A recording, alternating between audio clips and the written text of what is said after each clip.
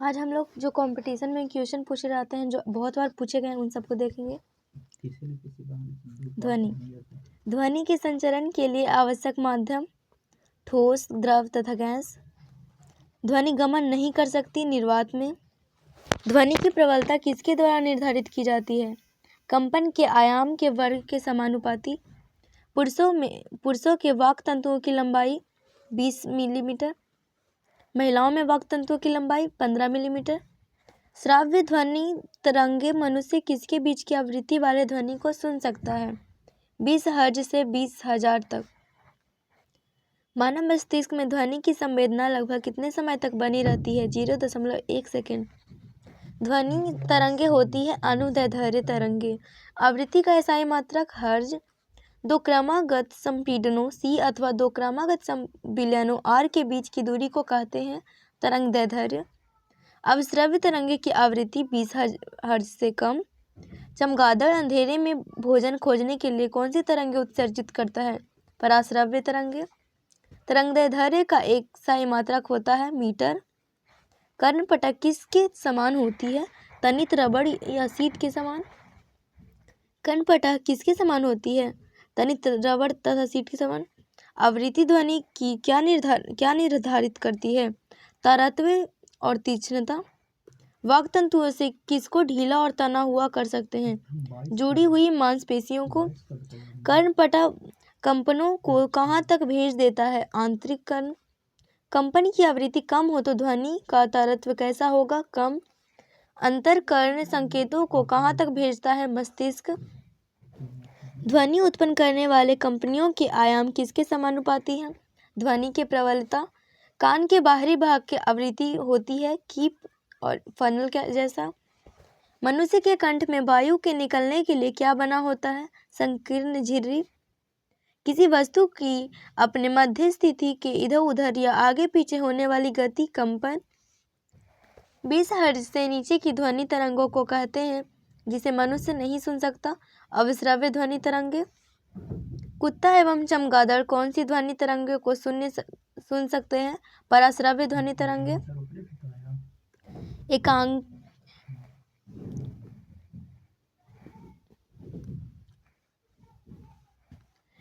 किसी एकांक क्षेत्रफल से 1 सेकंड में गुजरने वाली ध्वनि ऊर्जा को ध्वनि का क्या कहते हैं? तीव्रता।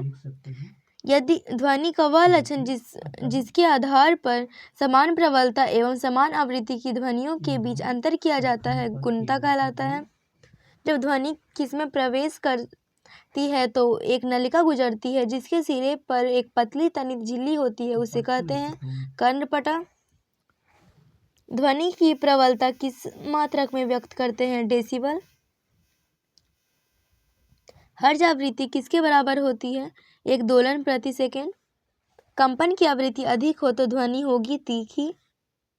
कर्णपटक को कौन कंपित करता है? ध्वनि के कंपन। तबले की ध्वनि उत्पन्न करने वाला कंपायमान भाग है तनित झिल्ली। कौन सी वस्तुएं ध्वनि उत्पन्न करती हैं? कंपायमान वाली वस्तु। एक महिला की किसी पुरुष की अपेक्षा कैसी होती है आवाज? अधिक तीखी। अप्रिय ध्वनि को कहते हैं शोर ध्वनि। ध्वनि तरंग की विशेषता नहीं है हर्ज। प्रति सेकंड इकाई क्षेत्र से गुजरने वाली ध्वनि ऊर्जा को मात्रा को कहते हैं तीव्रता। निम्न में कौन सा ध्वनि को लाउडेंस या सॉफ्टनेस को निर्धारित करता है? आयाम। ध्वनि का तारतम्य निर्भर करता है आवृत्ति पर। जिस तरीके से मस्तिष्क किसी उत्सर्जित ध्वनि को आवृत्ति की पहचान करता है उसे कहते हैं पिच। किसी अन्य कमरे में बात कर रहे लोगों की बात हमें ध्वनि के परावर्तन के पुनरावृत्ति के परिणाम है और इसे कहते हैं अनुरणन। किसी अन्य कमरे में बात कर रहे लोगों की बातें हमें ध्वनि तरंगों के किस कारण से सुनाई देती है? विवर्तन। ध्वनि की प्रबलता ध्वनि उत्पन्न करने वाले कंपनों के किसके वर्ग के समानुपाती होती है? आयाम। वायु में ध्वनि का चाल है 322 मीटर पर सेकेंड। 100 डेसिबल का प्रबलता स्तर संगत होता है यंत्र कारखाने के शोर से। मनुष्य के लिए मानक ध्वनि स्तर है 60 डीबी। हाइड्रोजन में ध्वनि की चाल कितना मीटर प्रति सेकंड है? 1269। लोहे में ध्वनि की चाल कितना मीटर प्रति सेकंड है? 5130। जल में ध्वनि की चाल कितना मीटर प्रति सेकंड है? 1483। एल्युमिनियम में ध्वनि की चाल कितना मीटर प्रति सेकंड है? 6420। दो उत्तरोत्तर श्रृंग अथवा दो उत्तरोत्तर गर्त के बीच की दूरी को कहते हैं तरंगदैर्ध्य। किसी एकल आवृत्ति की आवाज को क्या कहा जाता है? टोन। अगला चैप्टर है विद्युत धारा के रासायनिक प्रभाव। पहला क्वेश्चन है, वह इलेक्ट्रोड जो समान मात्रा में कॉपर विलयन में घुल जाता है किस चीज का बना होता है? तांबे की प्लेट का। संक्षारण तथा जंग से बचाने के लिए लोहे पर परत चढ़ाई जाती है जिंक की।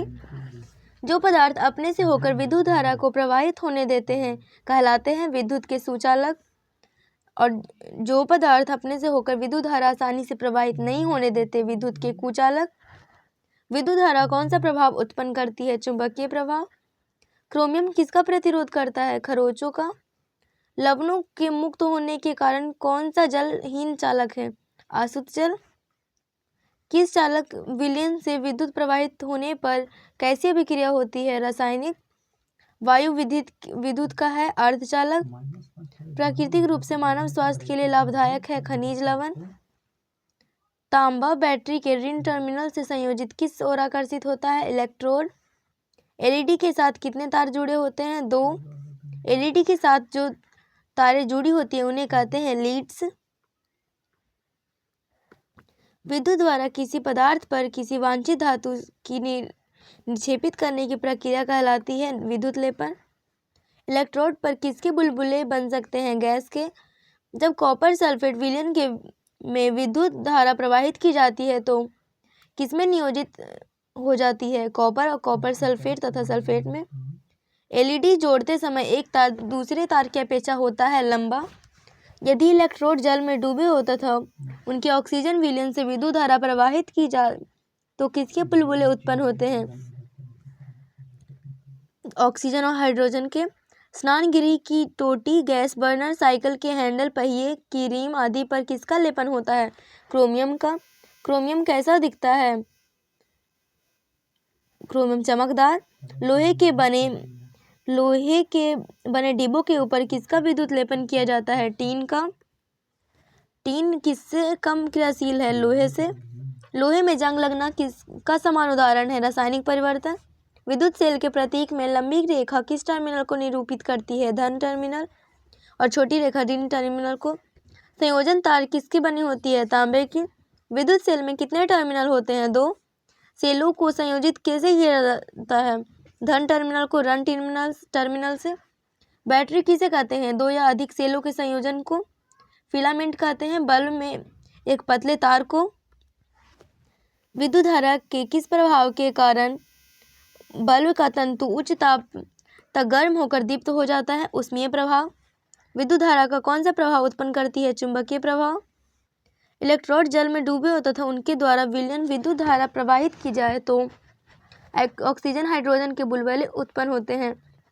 ऑक्सीजन में बुलबुले बैटरी के धन टर्मिनल से जुड़े इलेक्ट्रोड पर हाइड्रोजन के बुलबुले दूसरे इलेक्ट्रॉन पर बनते हैं। किसने दर्शाया? विलियम निकल्सन ने। इनमें से कौन सी धातुओं का उपयोग विद्युत तार बनाने के लिए होता है? तांबा। 2 चालक समान दिशा में धारा ले जाने पर चालक एक दूसरे को आकर्षित करेंगे। निम्नलिखित में से कौन सा प्रभाव विद्युत के कारण नहीं होता है? संकोचन का प्रभाव। विद्युत धारा प्रवाह को सुचालक के प्रतिरोध से संबंध करने वाले नियम को कहते हैं जूल का नियम। निम्नलिखित में कौन सा नियम विद्युत धारा के ऊष्मीय प्रभाव से संबंधित है? जूल का नियम। अगला चैप्टर कुछ प्राकृतिक परिघटनाएं। पृथ्वी कई परतों में बटी हुई है। इनमें से कौन सी परत भूस्पंदन के लिए उत्तरदायी है? भूपरपटी। भूकंप की शक्ति के परिणाम को मापने के लिए प्रयुक्त पैमाने के संदर्भ में कौन सा कथन सही है? इसके लिए रिक्टर पैमाने का प्रयोग होता है। यह पैमाना रैखिक है। इसमें 2 अंक की वृद्धि के लिए लगभग 1000 गुनी अधिक विनाशी ऊर्जा है। पहला और तीसरा सही है। आवेश तथा उसकी विशेषताओं के संदर्भ में कौन सा कथन सही नहीं है? यह सजातीय आवेश एक दूसरे को आकर्षित करते हैं। सजातीय आवेश एक दूसरे को क्या करते हैं? प्रतिकर्षित। किसी आवेशित वस्तु से आवेश को पृथ्वी में भेजने की क्रिया कहलाती है भूसंपर्क। विपरीत आवेश के एक दूसरे को क्या करते हैं? आकर्षित। जब ऋणात्मक तथा धनात्मक आवेश मिलते हैं तो प्रकाश की चमकीली उत्पन्न होती है, इसे कहते हैं विद्युत विसर्जन। भूकंप आने की संभावना कहाँ पर अधिक होती है? जहाँ प्लेटों की सीमाएं दुर्बल होती है। जब प्लास्टिक की रिफिल और को पॉलीथीन के साथ रगड़ते हैं तो क्या अर्जित करता है? घर्षण। आवेश होते हैं दो प्रकार के। रेशम से रगड़ने पर कांच की छड़ द्वारा अर्जित आवेश धनावेश है। बादलों में आवेश को एकत्रित होने से उत्पन्न होती है तड़ित। सन 1752 में किस वैज्ञानिक ने यह दर्शाया कि तड़ित तथा आपके वस्त्रों में उत्पन्न चिंगारी वास्तव में एक परिघटना है? बेंजामिन फ्रैंकलिन ने। जब आप प्लास्टिक के पैमाने को अपने सूखे बाल से रगड़ते हैं तो पैमाने कागज के टुकड़े को छोटे छोटे टुकड़े को कर सकता है। आकर्षित। जब आवेशित कांच को छड़ को पॉलीथीन से रगड़े एक आवेशित प्लास्टिक स्ट्रॉ के निकट लाते हैं तो दोनों के बीच आकर्षण होता है। गुजरात के भुज जिले में बड़ा भूकंप आया था 26 जनवरी 2001 में। जब ऋणात्मक तथा धनात्मक आवेश मिलते हैं तो प्रकाश की चमकीली तथा ध्वनि उत्पन्न होती है। इस प्रक्रिया को कहते हैं विद्युत विसर्जन। कितनी ईसा पूर्व में एम्बर यह जानता था कि कांच से रगड़ने पर बालों जैसी हल्की वस्तुओं को आकर्षित कर लेता है? 600 ईसा पूर्व। विद्यालय हो या भवनों के ऊपर त्रिशूल आकार की धातु की पट्टी लगाई जाती है विद्युत विसर्जन से बचने के लिए।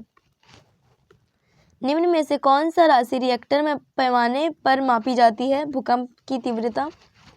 निम्न में भूकंप मापी यंत्र है सीस्मोग्राफ। तड़ित झंझा के समय हमें क्या नहीं छूना चाहिए? टेलीफोन, विद्युत तार तथा धातु के पाइप। तड़ित बिजली गिरने से सुरक्षा के लिए क्या करना चाहिए? खुली जगह में घुटने के पास सिमटकर नीचे बैठ जाएं।